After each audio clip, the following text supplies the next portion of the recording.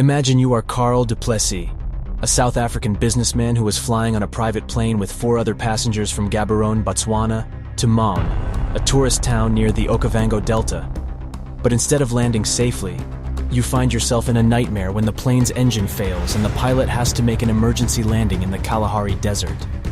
You have no way to contact anyone, no way to know where you are, and no way to know if anyone is looking for you. You are lost in the middle of the African desert, with only a small bag of food and water. In this heart-pounding moment, as you face the harsh and unforgiving desert, your survival instincts kick in, and you must stay focused to ensure your survival. Every second counts, and your decisions can make all the difference, but you refuse to let panic overwhelm you. You take a deep breath and quickly assess the situation. The plane is completely burnt up, but no one is seriously injured. You have a few clothes, a radio, a hammer, some matches, and some plastic bottles. This is a do-or-die situation. What would you do?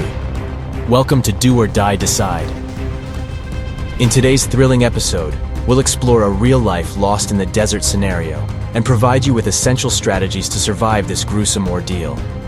We'll guide you through the difficult decisions you may face and help you gain the skills necessary to survive. Are you ready to face this challenge head-on? Let's find out. Survival Strategy 1. Try to stay near the plane and use the radio to call for help. Survival Strategy 2. Try to walk out of the desert and find a road or a settlement. Survival Strategy 3. Try to collect water and food from the desert plants and animals. As the clock ticks, you must think quickly and consider your options carefully. Your choices will determine the outcome of this life and death situation. But which strategy is the right one? Which one will give you the best chance of surviving the African desert? As you consider your choices, take a deep breath and try to stay calm. Remember that you have the strength and resilience to face this challenge head-on. Trust your instincts and make the choice that feels right to you. Time is running out. Choose your survival strategy wisely and hope for the best. Let's see how each survival strategy plays out. Will it be enough to keep you alive? Survival Strategy 2. Try to walk out of the desert and find a road or a settlement. This is one of the worst things you can do in this situation. Walking out of the desert and finding a road or a settlement is extremely dangerous and difficult. You will need some tools or materials to navigate, such as a compass, a map, or a GPS device. You will also need some luck and timing to avoid getting lost or walking in circles. You will have to deal with the risk of dehydration, exhaustion, heat stroke, sunburn, blisters, injuries, or snake bites as you walk for miles under the scorching sun. You will also have to deal with the risk of predators, such as lions, hyenas, or jackals that may be attracted by your scent or movement. You should never walk out of the desert unless you have no other option. Survival Strategy 3. Try to collect water and food from the desert plants and animals.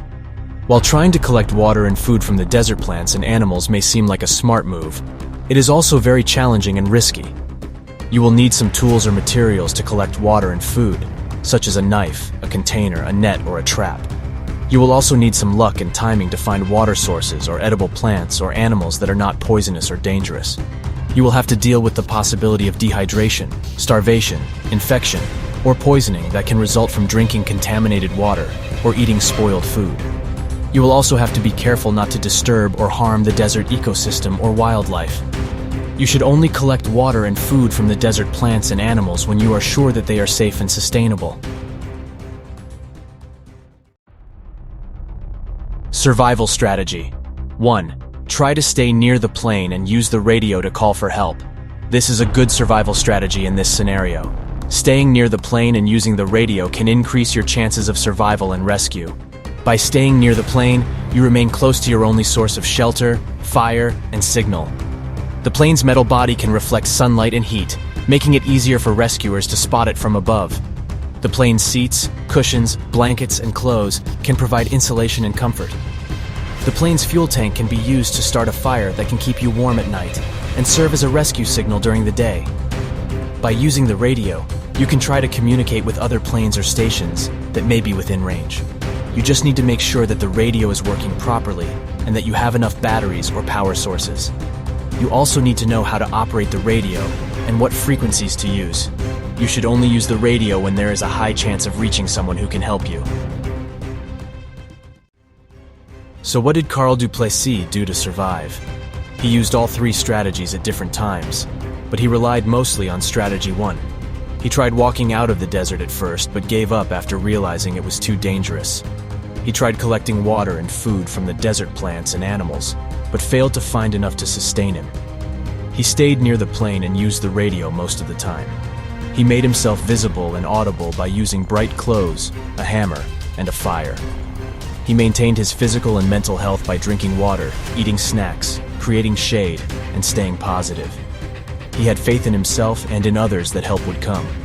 He was spotted by a helicopter that was searching for the plane's wreckage.